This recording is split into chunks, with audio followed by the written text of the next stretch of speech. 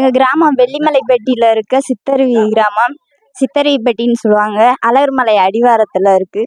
இங்கே ரோடு வசதி கூட இல்லை. இருந்தாலும் கஷ்டப்பட்டு தான் கொண்டு வந்திருக்காங்க எங்களுக்காக பொருள்லாம். அன்னதானம்லாம் கொடுத்துருக்காங்க, நல்லா இருந்துச்சு. சேலை போர்வை எல்லாமே தர்றாங்க. மிக்க நன்றி. லட்சுமி சுப்பையா குடும்பத்தினருக்கு மிக்க நன்றி.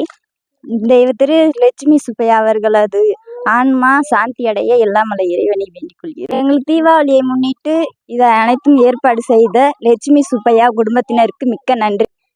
இதை எங்களிடம் கொண்டு வந்து சேர்த்த அனைவருக்கும் மிக்க நன்றி.